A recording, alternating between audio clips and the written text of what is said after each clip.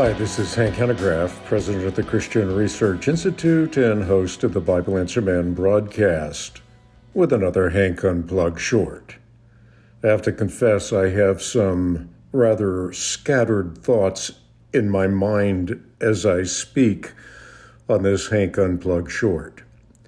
The first thought that comes to mind, all of this has to do with Islam in one way or another, but the first thought that comes to my mind is 𝘉𝘠𝘯𝘏 Sharma, a national spokeswoman for India's ruling party, just got canned.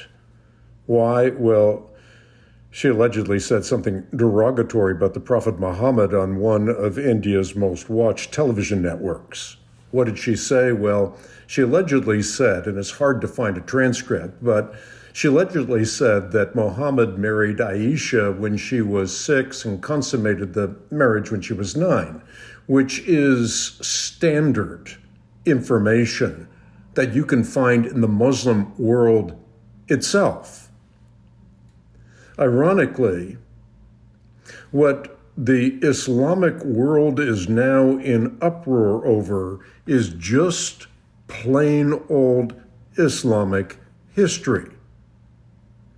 On the other hand, if you say anything about the Muslim denigration of Christianity, you are labeled as Islamophobic, even though what they're doing is Christophobic.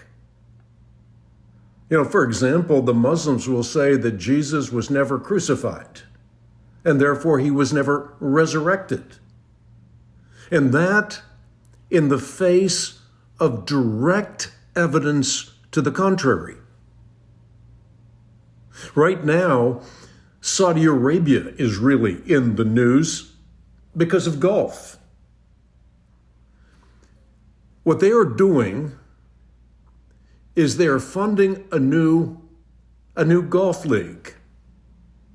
And some luminaries like Dustin Johnson, Patrick Reed, Bryson DeChambeau, Phil Mickelson, they have all joined this new league. And they're getting fantastically rich in the process. And in some way or other, perhaps being used as shills for the Saudi government. Because that's what the Saudi Arabians do. They have so many enormously affluent people who are ready to use their wealth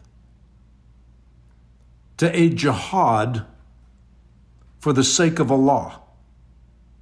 And that's not just rhetoric. I think about the fact that intelligence that comes out of India has pointed out, and this is a statistic from quite a few years ago, let's say from the 2-year span of 2011 to 2013, some 25,000 Saudi clerics arrived in India with $250 million. Kind of sounds like the appearance fees that Dustin Johnson and Phil Mickelson are getting. But $250 million to build mosques and universities and hold seminars. Thomas Friedman, this is really interesting. I actually wrote about this in my book, Muslim, What You Need to Know About the World's Fastest Growing Religion. Writing in the New York Times, called Saudi Arabia out as perhaps the greatest purveyors of radical Islam. He said, that's not the Iranians, it is the Saudi Arabians.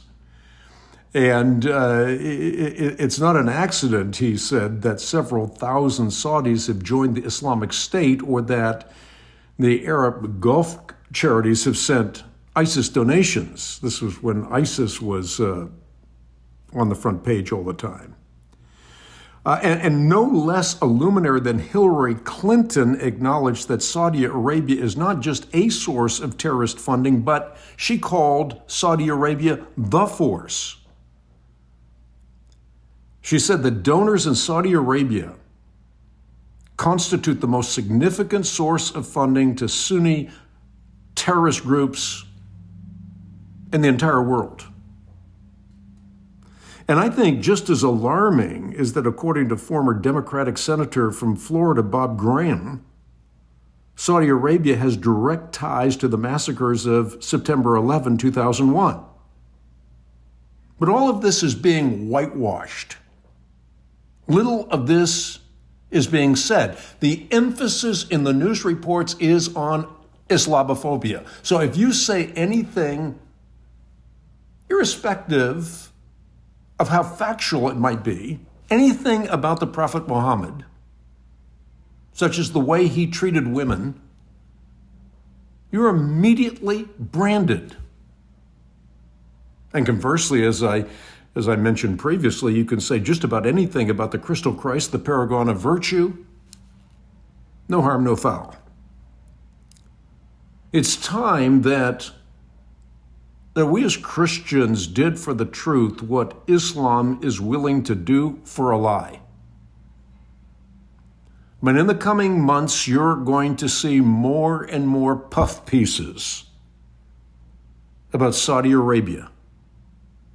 That's the point of starting a new golf league and denigrating the PGA that made people like Phil Mickelson and Dustin Johnson rich and prominent and even able to jump into a new enterprise that has little to do with supporting democracy and everything to do with giving a new face to the Saudi Arabians. Thanks for tuning in.